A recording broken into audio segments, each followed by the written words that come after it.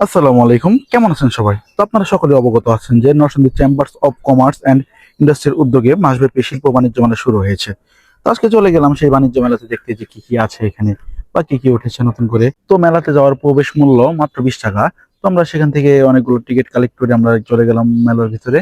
তো মেলার ভিতরে গিয়ে আমি আগে খুঁজতেছিলাম যেটাতে মানুষ সবাই দেখি যে ঘুষি দিয়ে নাকি তাদের পাওয়ার চেক করে, তো ওইটাতে গেলাম।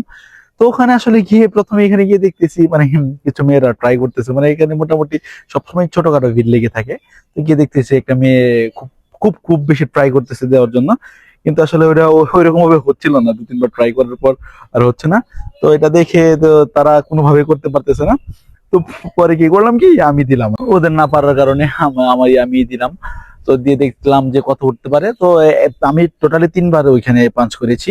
তো একবার উঠেছে 650, আরেকবার উঠেছে 625, এবং আরেকবার উঠেছে 675-এর মতো।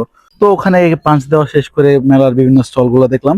তো হঠাৎ করে দেখলাম যে হ্যাঁ, একটা ভূতের ঘর আছে এখানে। তো খুব খুব কৌতূহল নিয়ে গেলাম যে আমি আগে কখনো ভূতের ঘরে যাই নাই, যাবো ভূতের ঘরে দেখবো যে কি আছে, মানে ভূতটা কিভাবে ভয় দেখায়। তো গেলাম।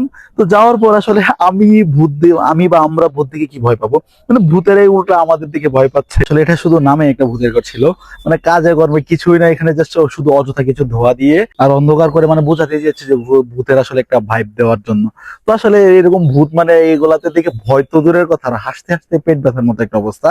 তো এখান থেকে বের হয়ে গেলাম, অনেকগুলা স্টল ঘুরে দেখলাম।